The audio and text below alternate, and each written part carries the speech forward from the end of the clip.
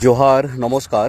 এই মুহূর্তে আমরা প্রচার কার্য সেরে আমাদের হেড আমাদের ওখানে অফিস আমরা এসে পৌঁছলাম। বিভিন্ন জায়গায় ঝাড়গ্রামের যে দহিজুড়িতে আমাদের প্রোগ্রাম। এখন প্রায় রাত্রি 10টা হতে চললো। ক্লান্তি আছে কিন্তু তবু কাজ করার জোশ আছে।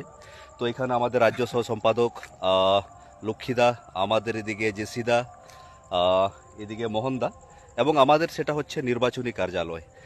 আমাকে অনেকজন বলছে যে ঢাল নিয়ে তরোয়াল নিয়ে নিধিরাম সর্দার। সত্যি তো, সত্যি আমাদের কিছুই ছিল না বা কিছুই নেই। আমরা জনগণের জন্য লড়াই করতে এসেছি। এই যে গাড়িটা দেখতে পাচ্ছেন, একজন দাদা সেখানে আমাদের এই নির্বাচন কার্যের জন্য সেখানে আমাদেরকে দিয়েছেন তেল এবং ড্রাইভার আমাদের, কিন্তু গাড়িটা তিনি দিয়েছেন। এই মুহূর্তে আমি নাম বলছি না, তিনি হয়তো সময় হলে ঠিক নিজের পরিচয়টা তিনি দিবেন।